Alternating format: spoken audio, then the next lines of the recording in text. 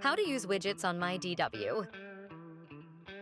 Widgets on myDW provide powerful at-a-glance information about your systems and users. For channel partner organizations, widgets also provide info about end users and monthly revenue from licenses.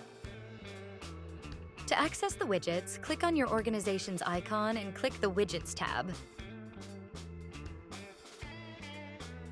The top 4 widgets display alert, camera, recorder, and organization information. You can click the Details buttons to view additional information on each of these widgets.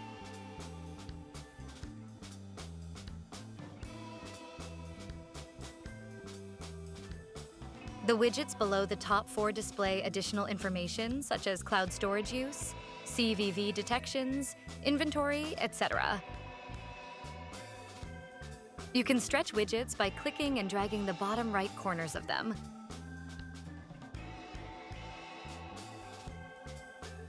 You can remove a widget by clicking its drop-down menu and clicking Remove Widget.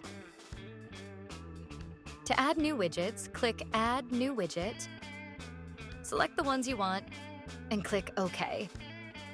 To move a widget, click the top of the widget and drag it to a new location.